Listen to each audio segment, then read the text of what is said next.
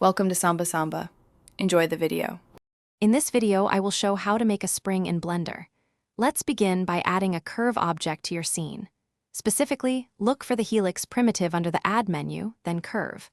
Once added, immediately adjust its properties in the operator panel that appears.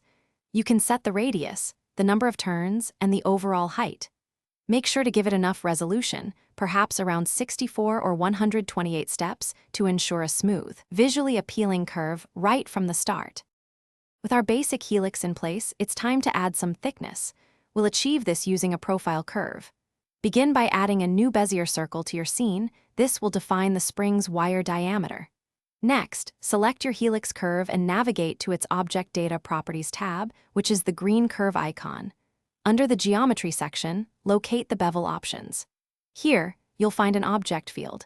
Simply select your Bezier circle from the drop-down menu to assign it. Your helix will instantly transform into a three-dimensional spring. With your spring now taking shape, let's refine its appearance. You can easily adjust the thickness of the spring's wire by scaling the Bezier circle profile you created. A smaller circle means a thinner wire, and vice versa. Experiment with the helix's turns and height properties to achieve your desired spring compression or extension.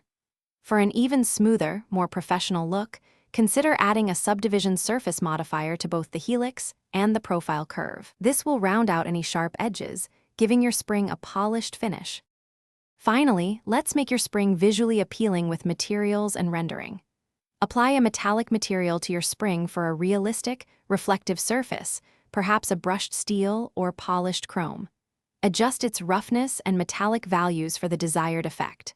For lighting, a simple studio setup with 3-point lights often works wonders to highlight the spring's curves and reflections. When you're ready, render your scene using Blender's Cycles or Eevee engine to produce high-quality visual output. Congratulations, you've made a spring. Thanks for watching. Consider subscribing if we helped you.